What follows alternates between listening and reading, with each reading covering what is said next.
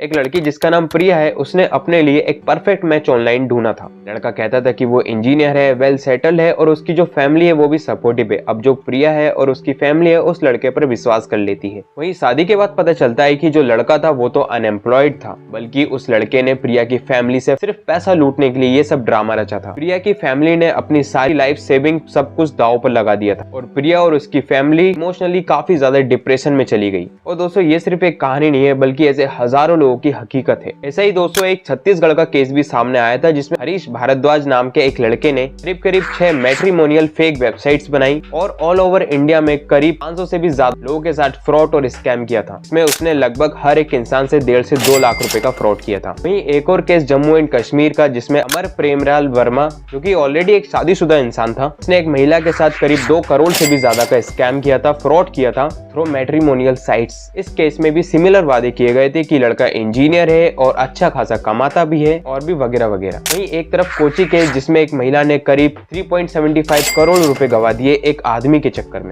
जो कि उसे मैट्रिमोनियल साइट पर मिला था। और दोस्तों ये कोई 2-3 केसेस की बात नहीं है, ऐसे आपको डेली हजारों न्यूज़पेपर में ऐसे केस देखने को मिल जाएंगे, जिसमें फ्रॉड या फिर स्कैम के लिए मैट्रिमोनियल साइट का यूज किया जाता है। हाँ, वही साइट जिसमें लड़का और लड़की अपने मन पसंदीदा पार्टनर्स को खोजते हैं या फिर ढूंढते हैं। नमस्ते दोस्तों, क्या आपको पता है इंडिया में हर साल लाखों लोग अपने लाइफ पार्टनर को ढूंढने के लिए मैट्रिमोनियल साइट्स और इसी तरह की सिमिलर सर्विसेज का सहारा लेते हैं। लेकिन जरा एक सेकंड के लिए सोचिए कि ये सपनों का रिश्ता क्या हमेशा खुशियां लेकर आता है? नहीं ना।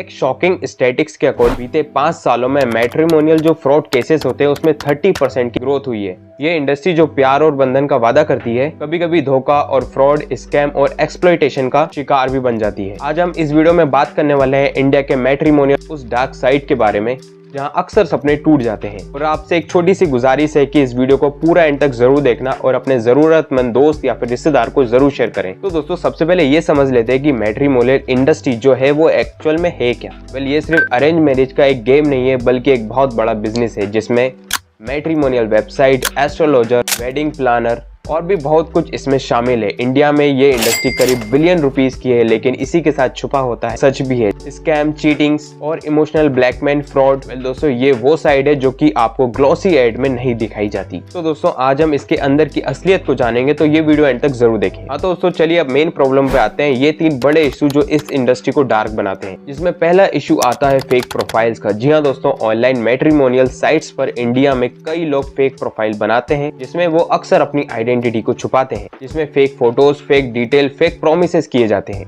ऐसे ही एक बार एक लड़की जिसका नाम नेहा था, उसने एक पॉपुलर वेबसाइट के थ्रू एक लड़के से बात करना शुरू की।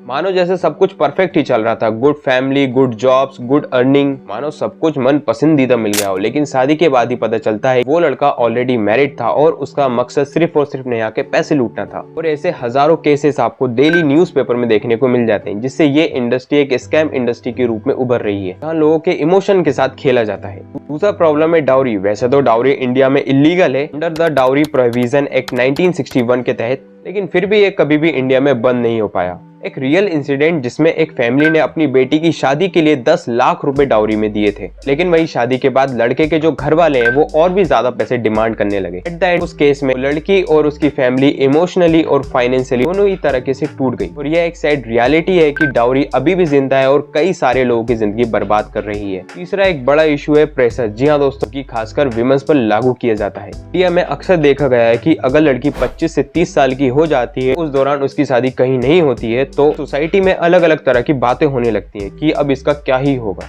दोस्तों आप यकीन नहीं मानोगे कि ये जो स्टिग्मा है वो इतना बड़ा हो चुका है कि लोग सोसाइटी के प्रेशर में आकर सर जल्दबाजी में गलत डिसीजंस ले लेते हैं। अक्सर उन्हें बाद में काफी ज्यादा पछतावा होता है। तो आपके मन में भी एक सवाल आ रहा होगा, क्या इंडिया में लॉस कुछ नहीं करते? दोस्तों ऐसा नहीं है, इंडिया में काफी सारे लॉ हैं, जैसे कि डाउरी के लिए dowry prohibition act, Indian penal code के सेक्शन फ्रॉड के अगेंस्ट में। लेकिन दोस्तों प्रॉब्लम यह है कि जो आपको जो इम्प्लीमेंटेशन है वो बड़ा ही वीक है।